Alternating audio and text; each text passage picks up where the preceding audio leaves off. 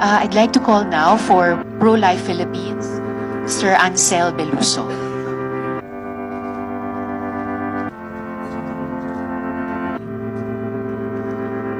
Madam Chair, honorable members of the Senate Committee on Women, Children, Female Relations, and Gender Equality, good morning.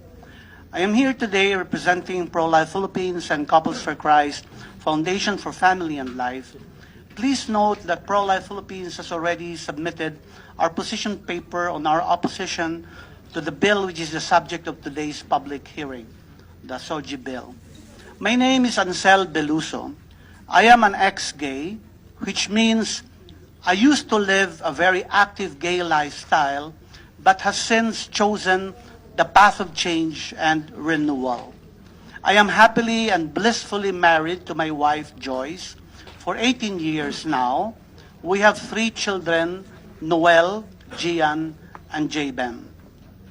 I have actually listed more than a dozen reasons why the entire Filipino nation should totally and unequivocally reject the SOGIE bill, but I want to zero in on just one this morning due to paucity of time.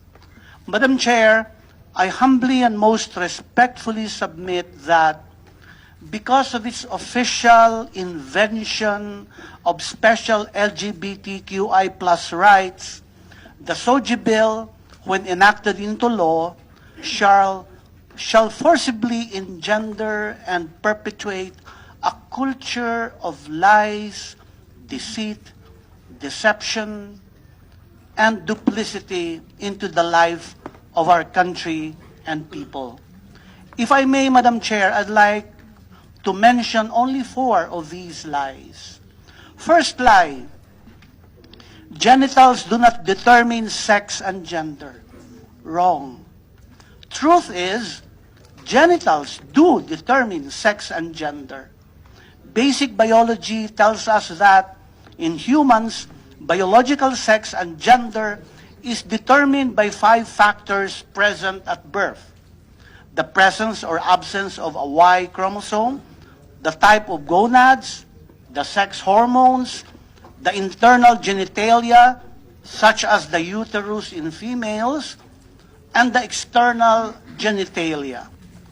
Nowhere in any scientific journal or biology textbook can we find it said that sex and gender can be determined otherwise. As was mentioned already earlier, findings of a landmark study done by a group of geneticists at the Broad Institute of MIT and Harvard and the University of Helsinki, released only last month, which examined the genomes of almost 500,000 people, indicate that there is no such thing as a gay gene. If you have a penis, you are male, a boy, a man. If you have a vagina, you are female, a girl, a woman. And transsexuals, if they submit to a DNA test, trans women are still men according to their DNA. Second lie, if a person has a homosexual orientation, the path to fullness of life is to embrace and live it out. Wrong. Truth is, there is such a thing as gender dysphoria. Gender dysphoria is the distress a person feels due to a mismatch between their gender identity and their sex assigned at birth. The American Psychiatric Association states that gender dysphoria is a mental disorder. It further states that treatment for gender dysphoria may involve supporting the person through changes in gender expression. Treatment may also include counseling or psychotherapy. In other words, the real path to fullness of life for persons with gender dysphoria, such as the transgenders, is treatment or therapeutic intervention, not genital mutilation or hormone therapy. Third lie, Madam Chair. Change is impossible for persons with same-sex attraction. Wrong. Truth is, gays can change. And we do change. According to Dr. Lisa Diamond, a top researcher of the American Psychological Association and an avowed lesbian activist, sexuality desire is fluid. Homosexual desire is not hardwired. That born that way and can't change is a myth. Feelings don't overrule volition. Behavior is a choice. One does not need to act on every feeling, especially sexual feelings. The born that way argument is political, not scientific.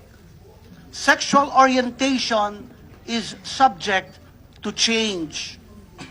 Fourth lie.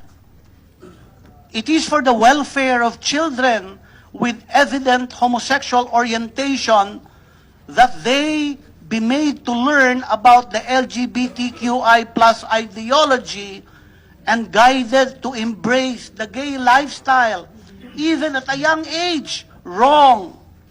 Truth is, according to the document updated in September 2017 by Drs. Michelle Cretella and Quentin Van Meter, President and Vice President, respectively, of the American College of Pediatricians, as well as Dr. Paul McHugh, Distinguished Service Professor of Psychiatry at Johns Hopkins Medical School, raising children in an environment that espouses, promotes, propagates, and institutionalizes the so-called gender ideology actually harms them.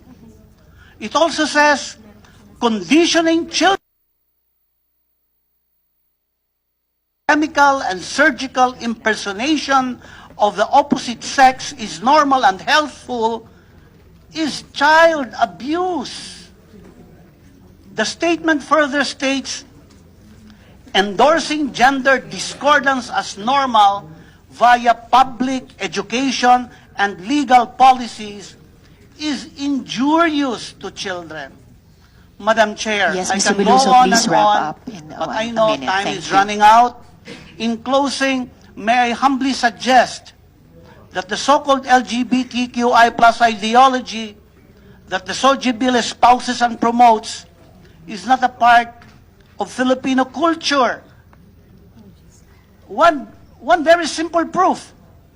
There is no Tagalog word for bisexual or transgender or queer or intersex and all the other terms used by the LGBTQI, KLMNOP, or whatever other letters that the activists are using.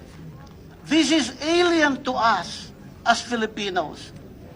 And I would like to echo the message of Pope Francis in the meeting of families during his visit to our country in 2015. He said, resist ideological colonization that tries to destroy the family.